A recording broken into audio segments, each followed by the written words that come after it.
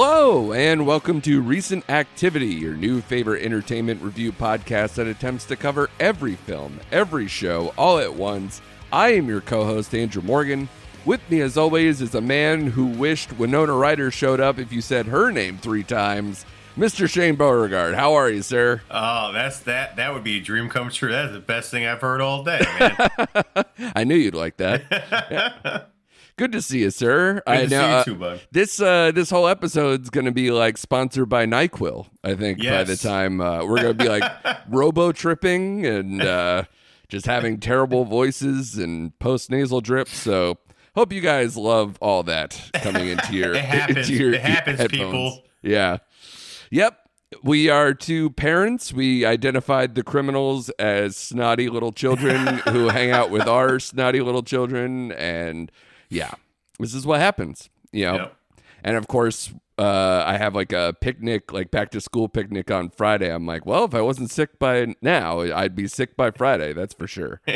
So, but excellent stuff, sir. We spent our week probably watching 2 movies that couldn't have any less to do with each other, you know, Correct. Stylistically and, you know, commercially and anything else.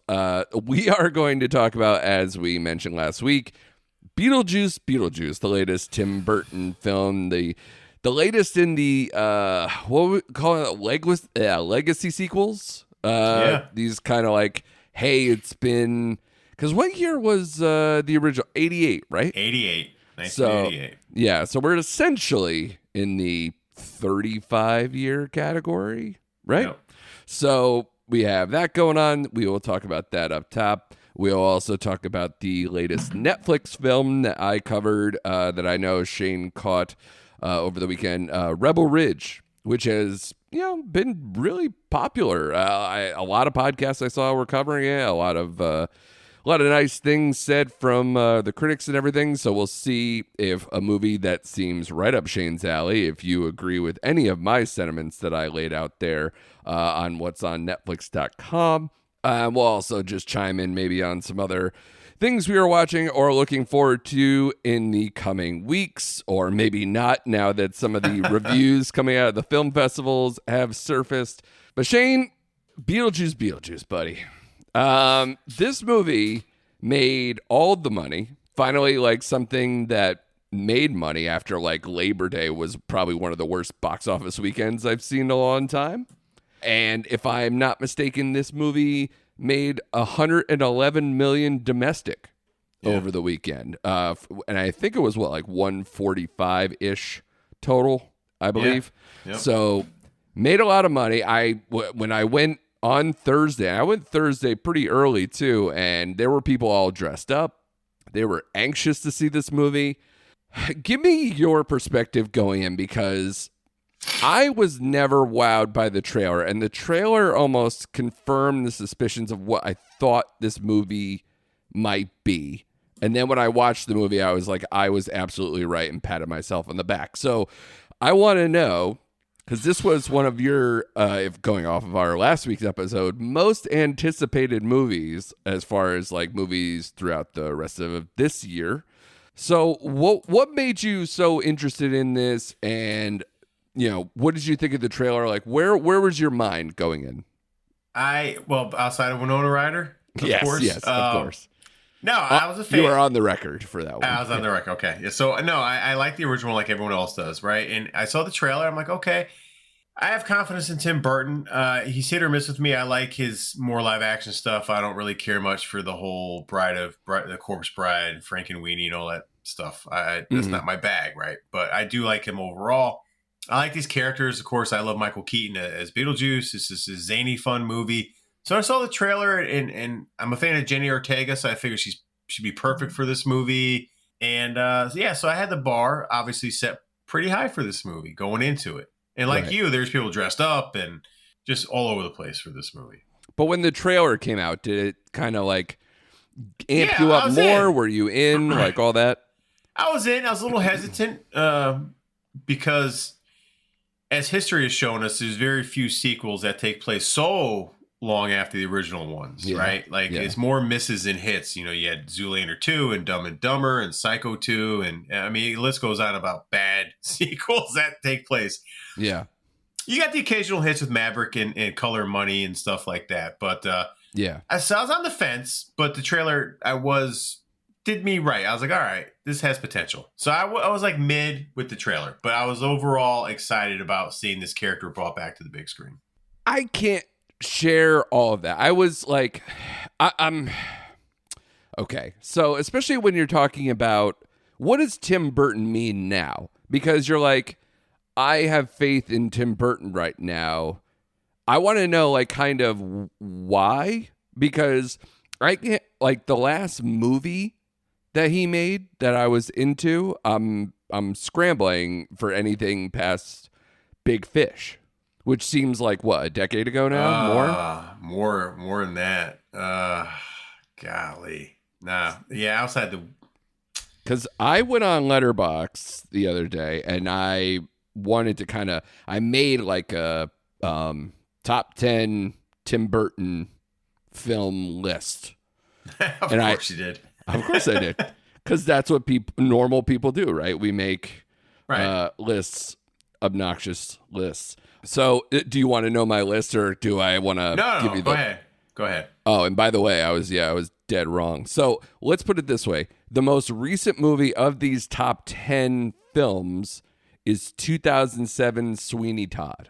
So, that is, checks notes, 17 years ago. So, Tim Burton, a little bit of a cold streak. So, my number 1 is Pee-wee. My number 2 is Beetlejuice. 3 Edward Scissorhands, 4 Batman, 5 Big Fish, 6 Corpse Bride, 7 Sweeney Todd, 8 Ed Wood, 9 Batman Returns, 10 Sleepy Hollow. Okay. So I don't know. I can't disagree with that. It's hard because he hasn't made much more than 10, quite frankly. And the other ones that I didn't mention are either not your taste, like your Frankie Weenies of the world, or... You know, because Nightmare Before Christmas is not directed by him. That's correct. For everybody's clarification. That's a Henry Selick movie. And this is an old 90s movie, but I did like Mars Attacks. I did enjoy that. I think it's on the same level as those like last two that I mentioned. So that's no shade to that. Even though it's 10 years old, I still liked, what was the name of the movie? Big Eyes. I did like that one. What was that? That's Big Eyes. What the hell was that? Big... I don't even know. Is that him directed? Yeah. Sorry. That was Amy Adams, Christoph Waltz, Danny Hudson, Kristen Ritter, Jason Schwartzman. Directed. He didn't write it though. I just want to go on record for that, but it was. Yeah, well, directed. He has. We kind of established that off. Oh yeah. I definitely didn't see this movie. I didn't even know about it. I don't think. That's wild, and it has a 3.3. That's not bad.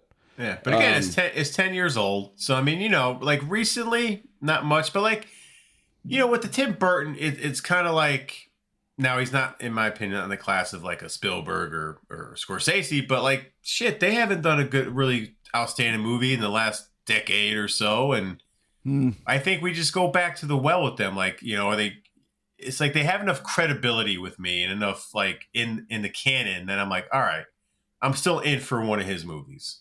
Yeah, it's just been so long. And I think he's obviously gotten a bump recently to a certain level of fan from the fact that Wednesday he had something to do with in terms of the creative process. And it kind of gave some of that juice back, right? Like at least like the look, in terms of like how they did the school and the creepiness of it in spots, or at least the design of it. And, it kind of just feels like from the mind of Tim Burton, whether it's written or has that exact look and feel like of an older Tim Burton film, like an Edward Scissorhands or, Beetlejuice or any of these. I don't think so, but I think a certain level of fan had a lot of confidence in this based probably a little bit on the fact that Wednesday exists. Right. Exactly right. But my problem is I watched Wednesday, and I don't know if you did too. I did too. Yep. What'd you think of it? I thought it was solid. I didn't go goo goo over like it. Like I think it was like the phenomenon that hit Netflix. Like, oh Yeah. god, you got to watch this show. I think it's a little overhyped, but it was solid, man. Like, See, yeah, I thought it was fine, and I thought it kind of the things that it tried to do that made it Addams Family, I think largely failed. I Yes, think as I a agree there. show, it's fine. yes, I And totally it's agree. there. watchable. So I think a lot of those things apply to Beetlejuice Beetlejuice.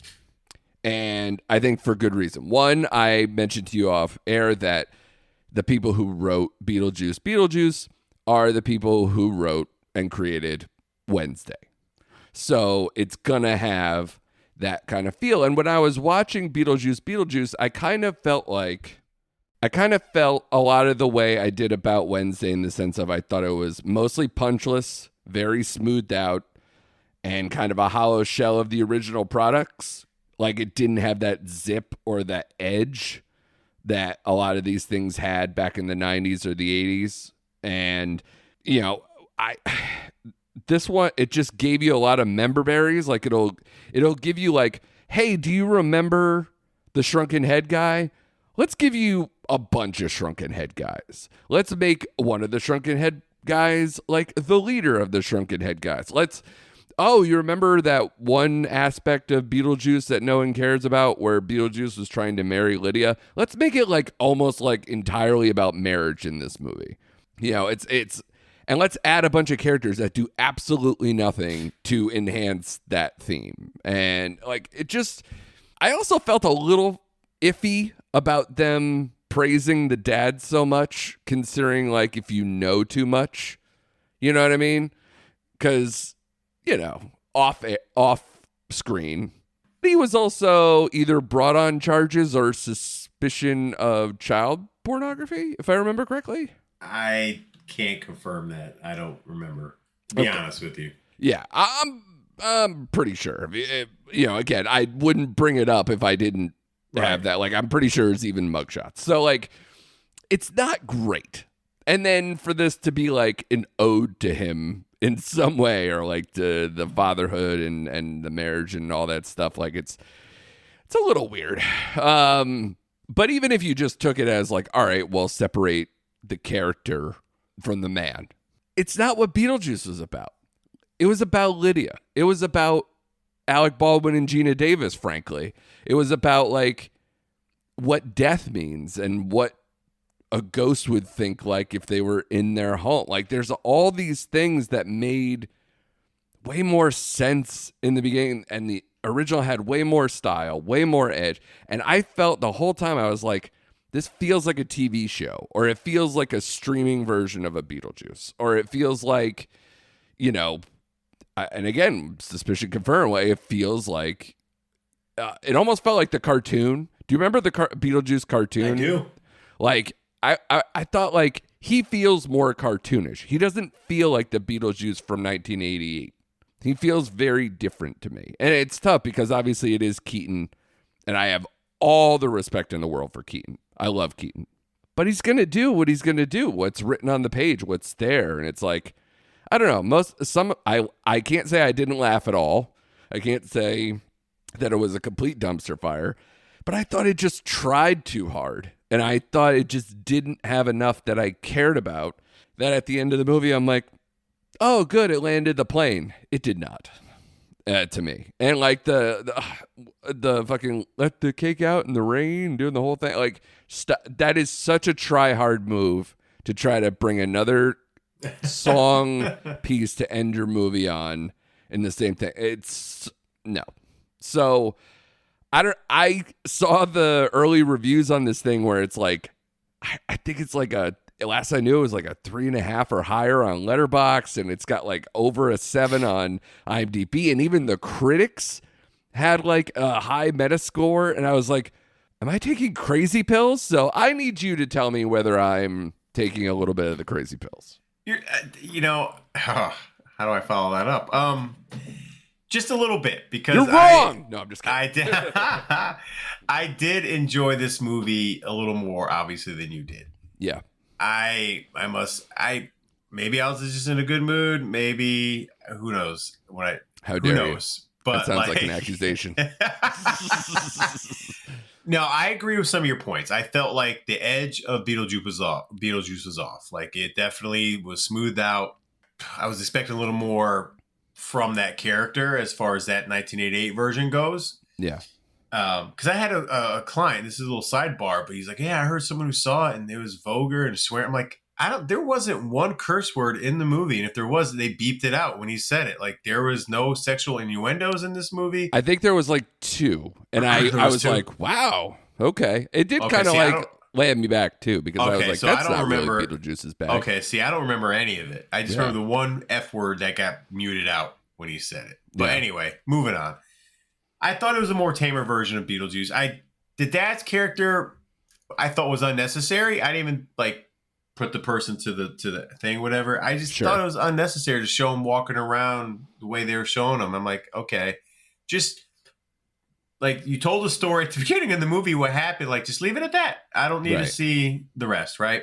But it was fun seeing Catherine O'Hare and that whole cast back together. I like Jenna Ortega in this role. I did. I thought the overall arc, the thread that got the movie going, it took a while to get there with, who she meets, and then they go to the underworld. I was like, oh, okay. Yeah, so that was forever. It took forever to get going. And they barely did anything with it, like because it was it was a weak sideline and they had too much going on that they just couldn't get to the better storyline that it choked it out. I thought for them to use that storyline to get the movie propelling to where it was, I thought was weak, because like I said, it got sidebarred pretty quick once it got going. But I'm like, okay. All that said, like. I don't know if it just brought back memories, but I like seeing the practical effects of Tim Burton. It felt like a Tim Burton world, maybe a light version of it, but it brought me back to that a little bit. Well, because they went right back to the same places. Yeah, I had fun with the movie. Now, I will say the biggest issue I had, and I said this right after the movie, I was like, that last song went on way too long. I was like, can we end this? I felt like I was watching like the 15 endings of the Lord of the Rings. I'm like, can we just end this song now? Yeah. It was unnecessary. That was my biggest bugaboo about this movie. I was like, that took too long. Oh, really? You were really into the the Monica Bellucci storyline that went nowhere? I mean, it went nowhere, but listen, man, anytime I see her on screen all stitched up, I'll take it. Like, it was gorgeous. I love Monica Bellucci, but Jesus Christ, give her something to do. Like, I actually kind of thought it was funny, him doing that backstory thing where he was talking in a different way, and it was like documentary style. But I didn't fully get, like, so he poisoned her and killed her? Is that what happened? Like, she poisoned him, and he killed her before the poison set in. Right. I guess like they did everything off screen. I didn't fully get it. And how she ends up where Danny DeVito in his cameo is and all that. So like, I don't know. I just didn't fully get it. Yeah. I don't know. Like I was way more forgiving with this movie because it was a zippy, nice little fun ride down memory lane for me. It hits some of the notes. It didn't hit all the notes for me. But again, overall, I had a decent time with this movie. Not like the original, but it's not like those bad sequels I mentioned at the top of the show. Like it's not like Dumb and Dumber 20 years after. It's not Zoolander 15 years after. That Dumb and Dumber one is tragic. Yeah. It is, but like so it didn't land the plane completely. But for me, and I would have liked to seen more actual Beetlejuice in the movie. I thought he was sidelined. Maybe I got to go back and watch the original. You have to watch the original because it's the exact same amount of screen time. Okay. I heard that it's like 17 or 18 minutes or something. Okay. Because I thought maybe the sequel, he'd be in it a little bit more. Right. Instead of the family drama we got between the mother and daughter. But I do like the little nitpicks, like Catherine Hare's like, this is how you were when you were her age. You know, like I like that little thread. Yeah, but they don't have that kind of relationship. And they didn't show anything in between that would have made it seem like that would have changed.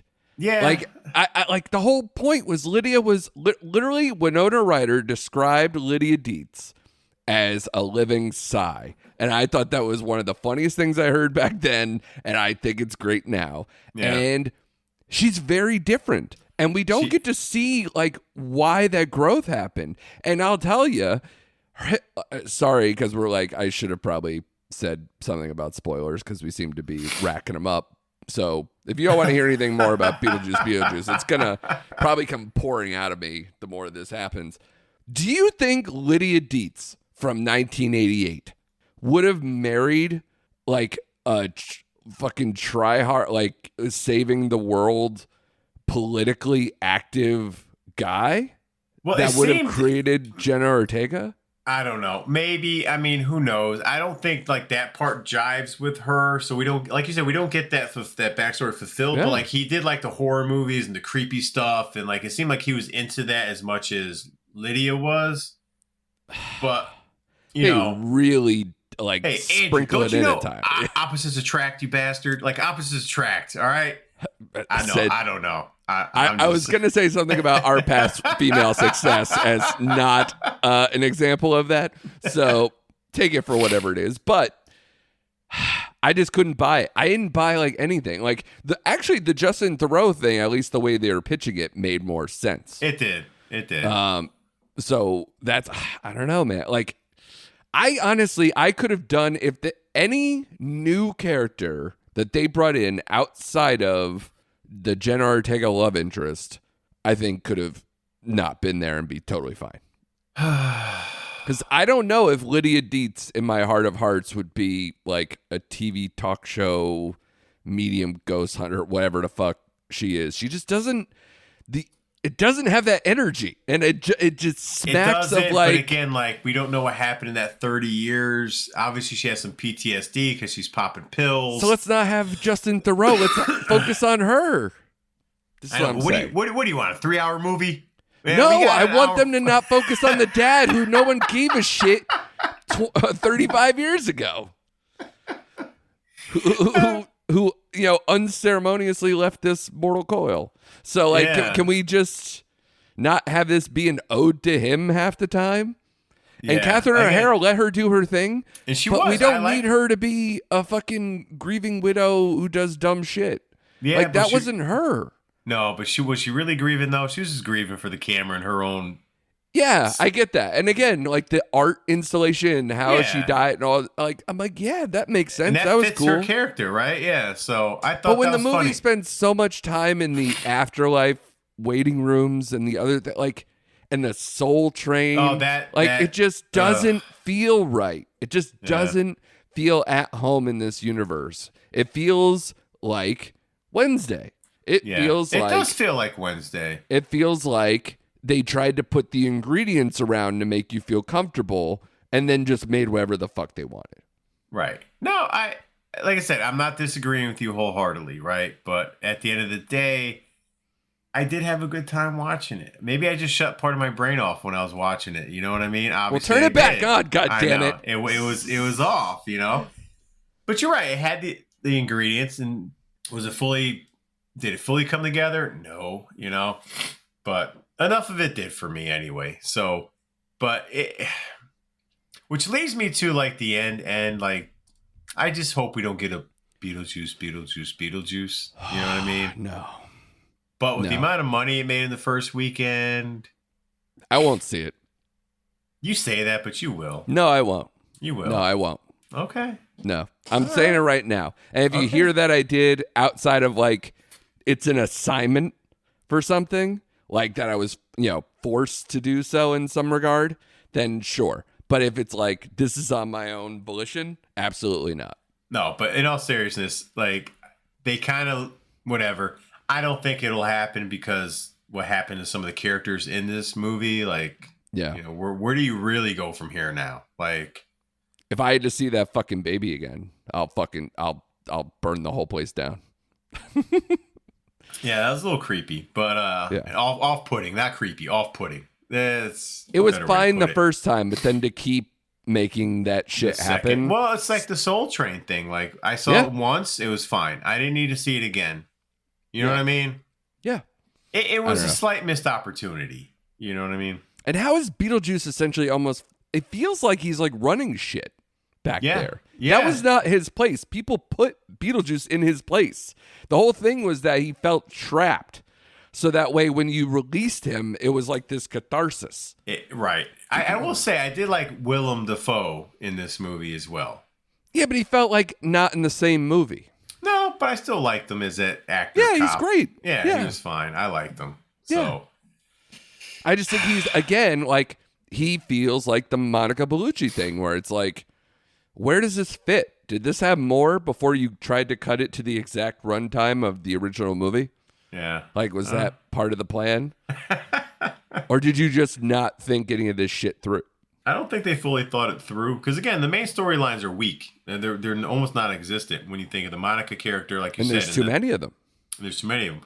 I honestly think they put this together so we see Michael Keaton as Beetlejuice again and bringing back some of the original. Yeah. I honestly think that's what it was.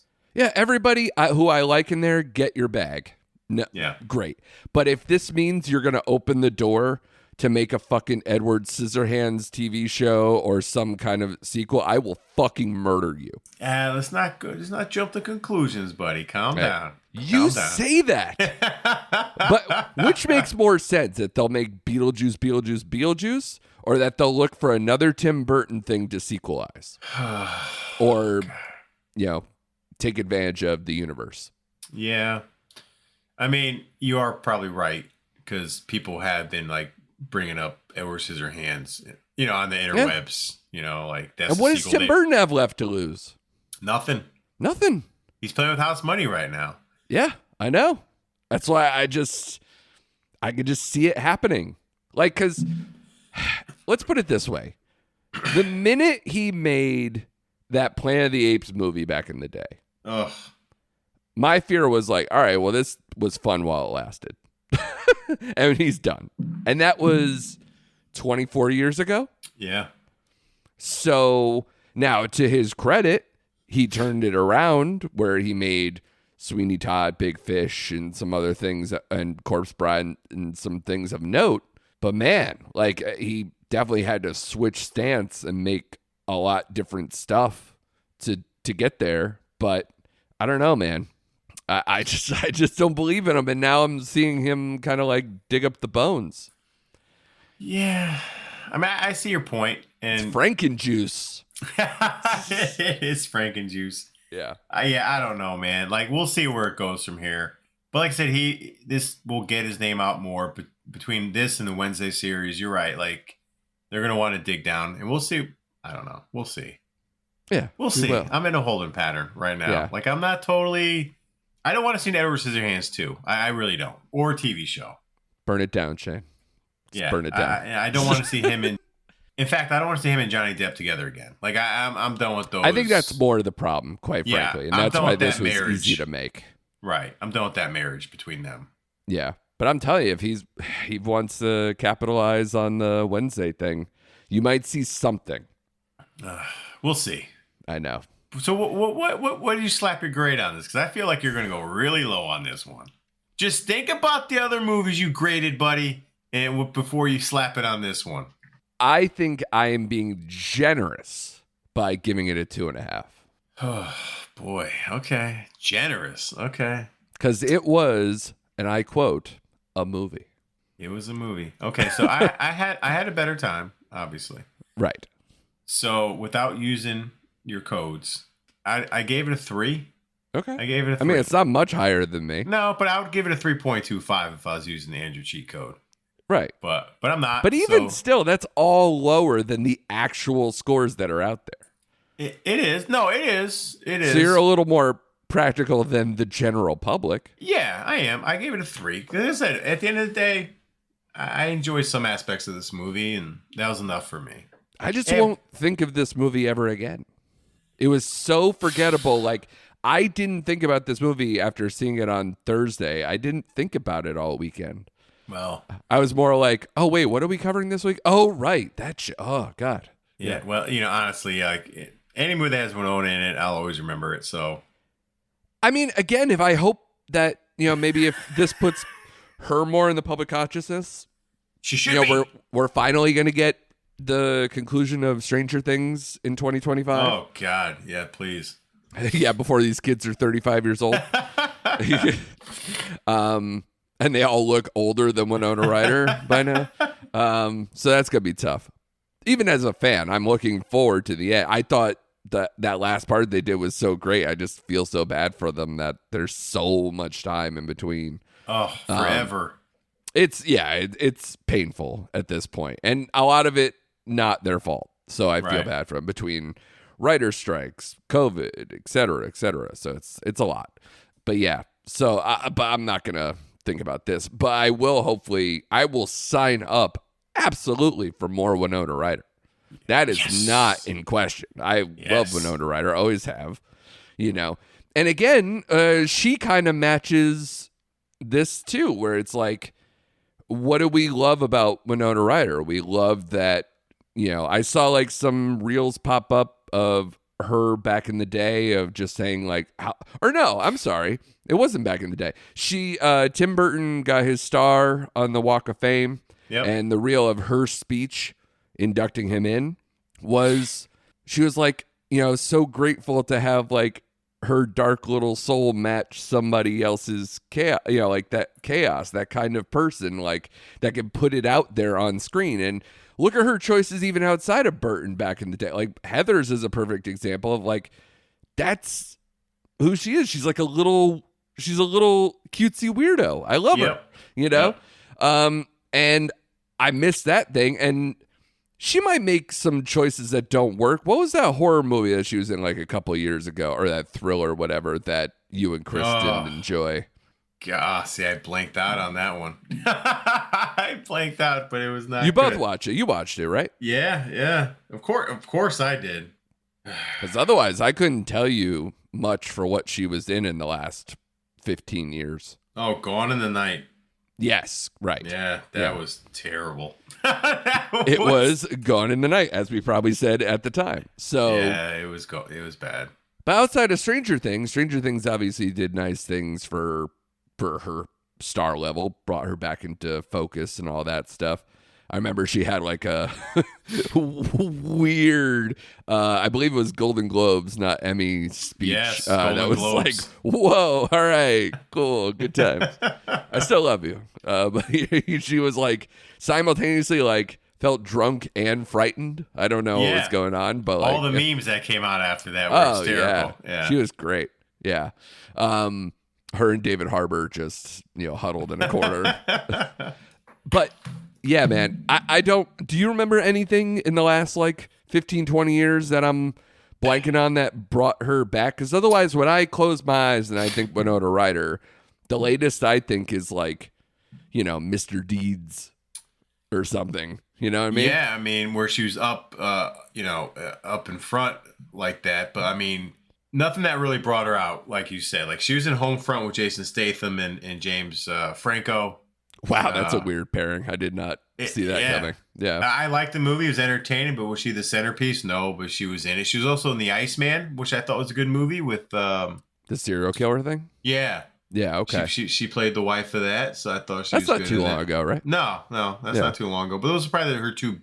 That was probably like her biggest venture out in big screen in a long time. Yeah. Yeah.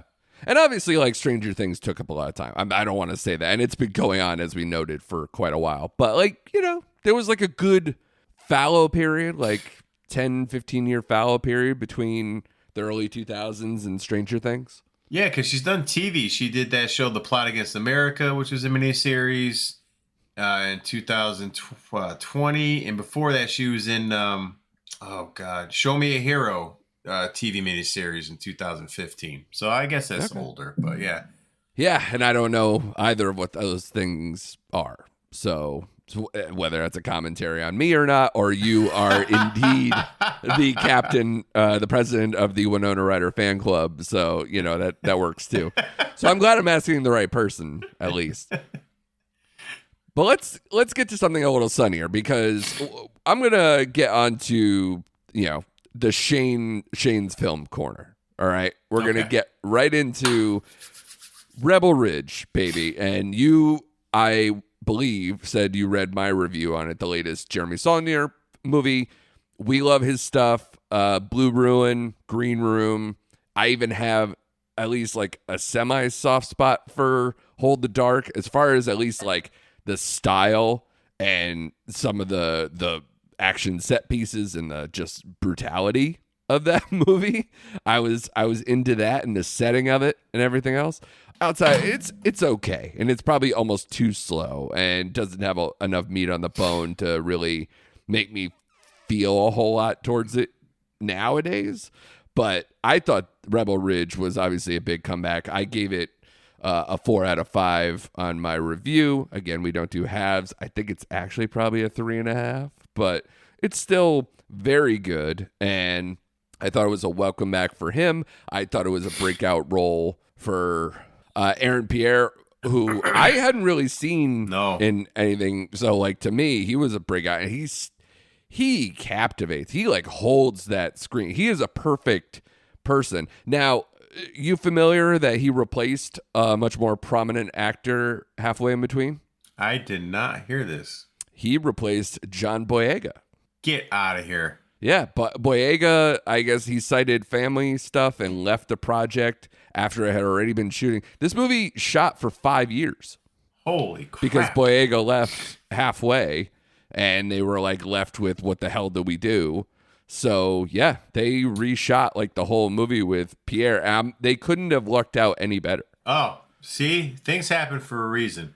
Right. They do, because to your point, I don't think this movie works as well with Boyega as the lead. I really don't.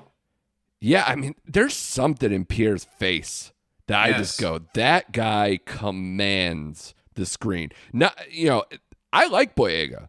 I do too. I just don't think it would be beat for beat. I wonder if it would be more of a prominent project, meaning maybe it gets a wider release, maybe some theater stuff, whatever, if it's Boyega to sell it.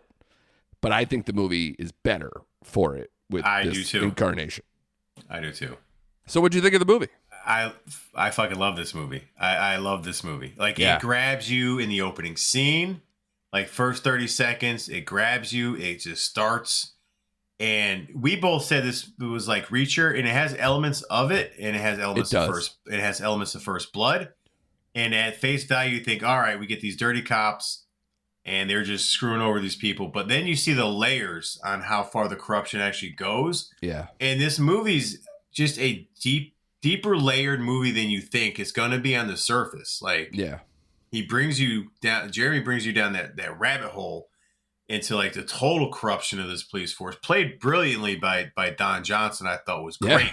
Yeah. In this role, I would say like it's kind of what I thought it was, but not. And I think you probably agree. Like, it's not total Reacher because there's not a body count in this movie. No, it's far more calculated. Yes. Like, and actually, I heard someone say, because it's not explosive like your Rambos, your Reachers, and things like that, because it's not straight vengeance in that like seeing red, essentially. Right.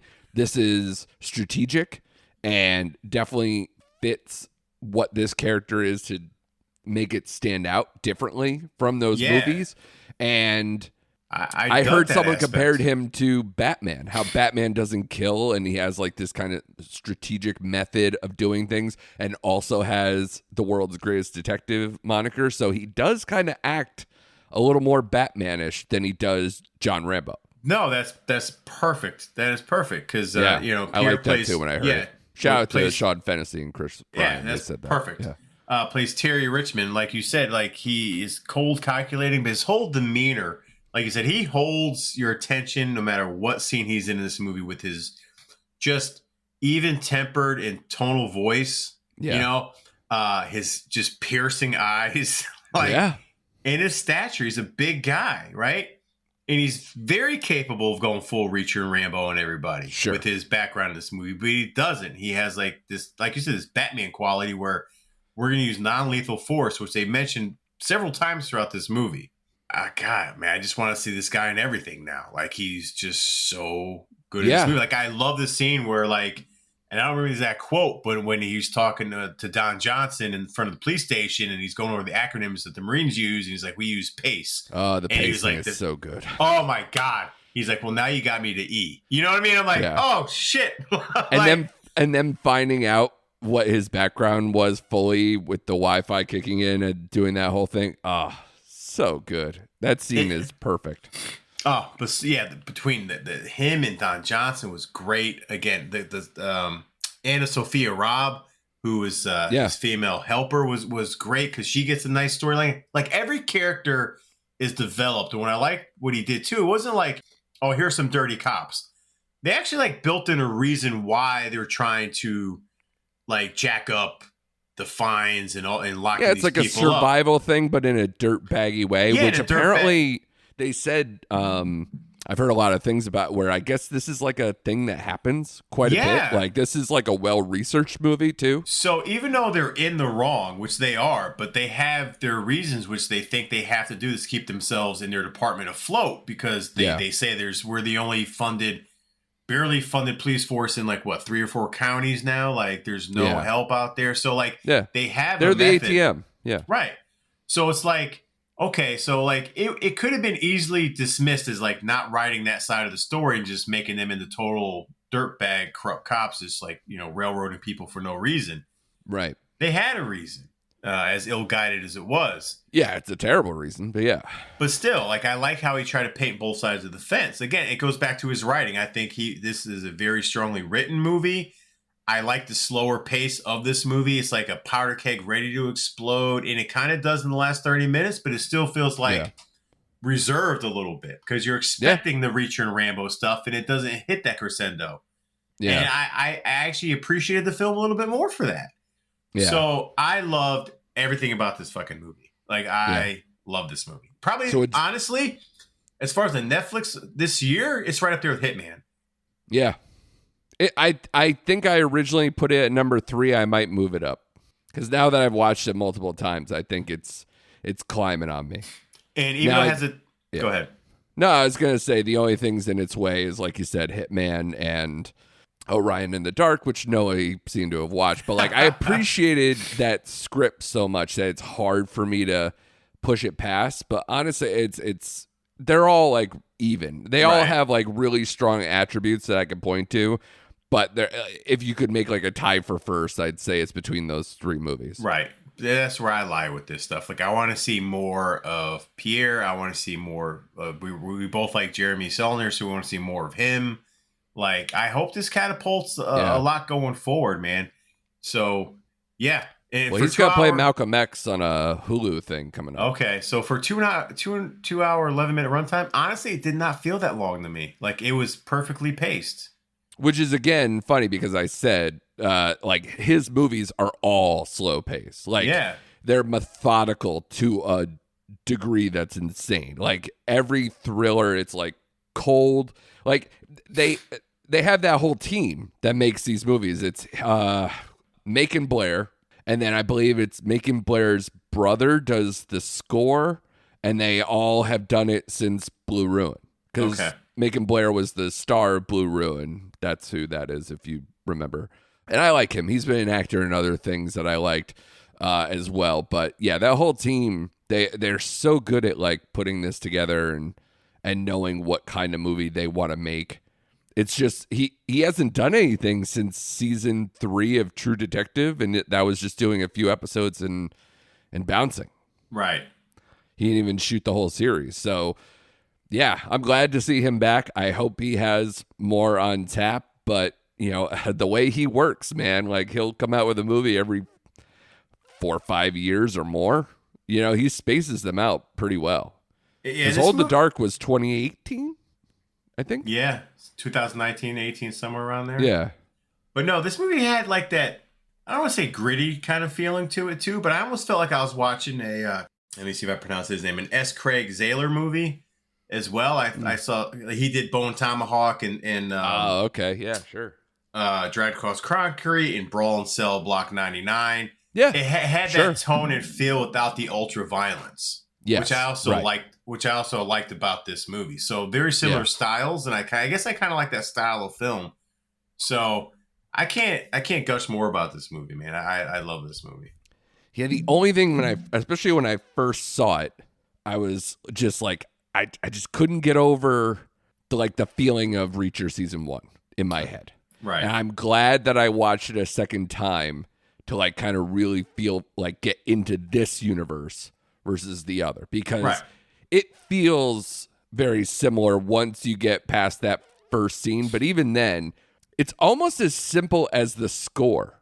Because if you take the score from this movie and put it towards Reacher, Reacher seems like he's going to kill someone from moment one. But that's not how Reacher is. Reacher feels more jangly and poppy and wants you to kind of like, he likes to play with his food more. You know what I'm saying? Yes. Like this one is like, I had a goal. You fucked with my goal. You fucked with my family. And now I'm going to meticulously and methodically get whatever I need to do to ruin your life and anything that is you hold dear and make sure I get away with all of it. Right. Yeah. And you don't. Yeah. I also like the trope that they didn't fall into where like she played his love interest. You know what I mean? Like totally.